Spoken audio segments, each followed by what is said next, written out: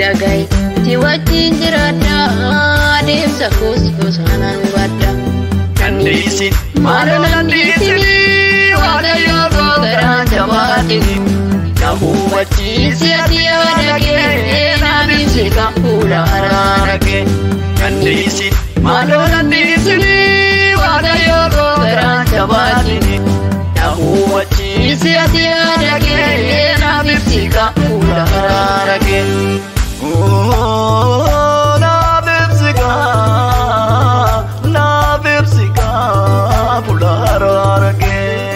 Jesus na bimsika pularake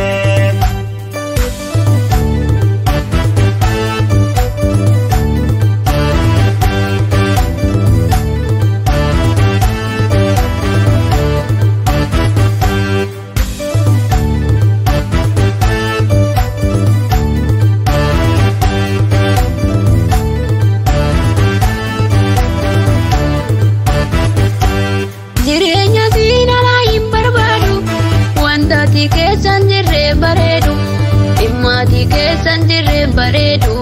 naaf kottu kaada fiiti Yesuus ko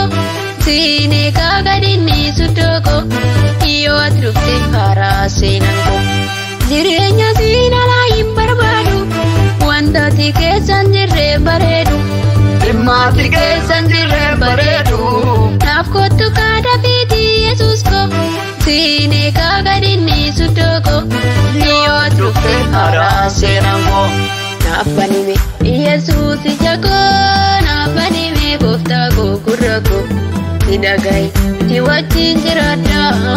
Deemsa koos gosaanaan badda Kandiisin maalolan dhiisini Waaqayyo garaan jabaatini Na hubachiisi ati yaada kee Naamimsi kan fuula araara kee Kandiisin maalolan dhiisini Waaqayyo garaan jabaatini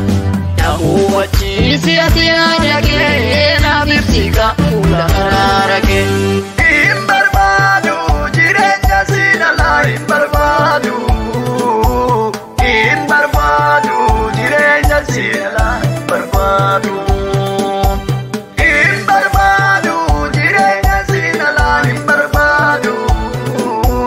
Hin barbaadu jireenya siinalaa hin barbaadu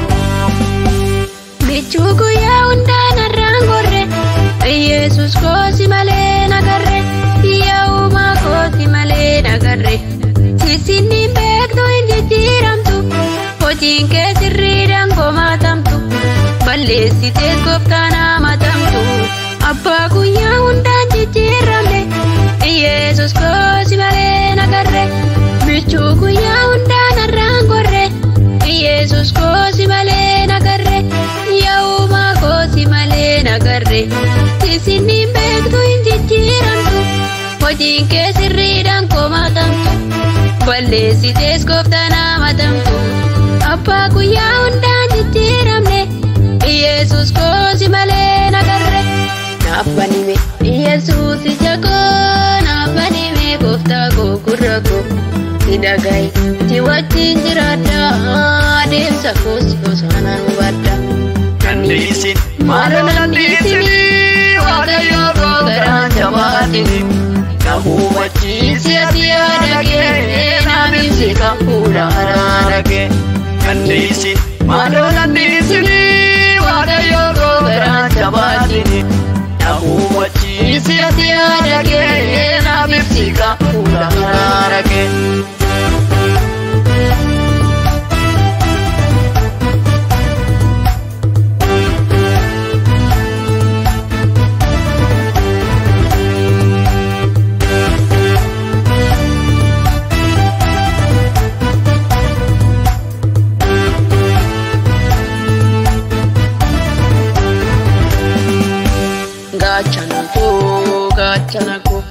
Gachana ko Yesuus gargaara ko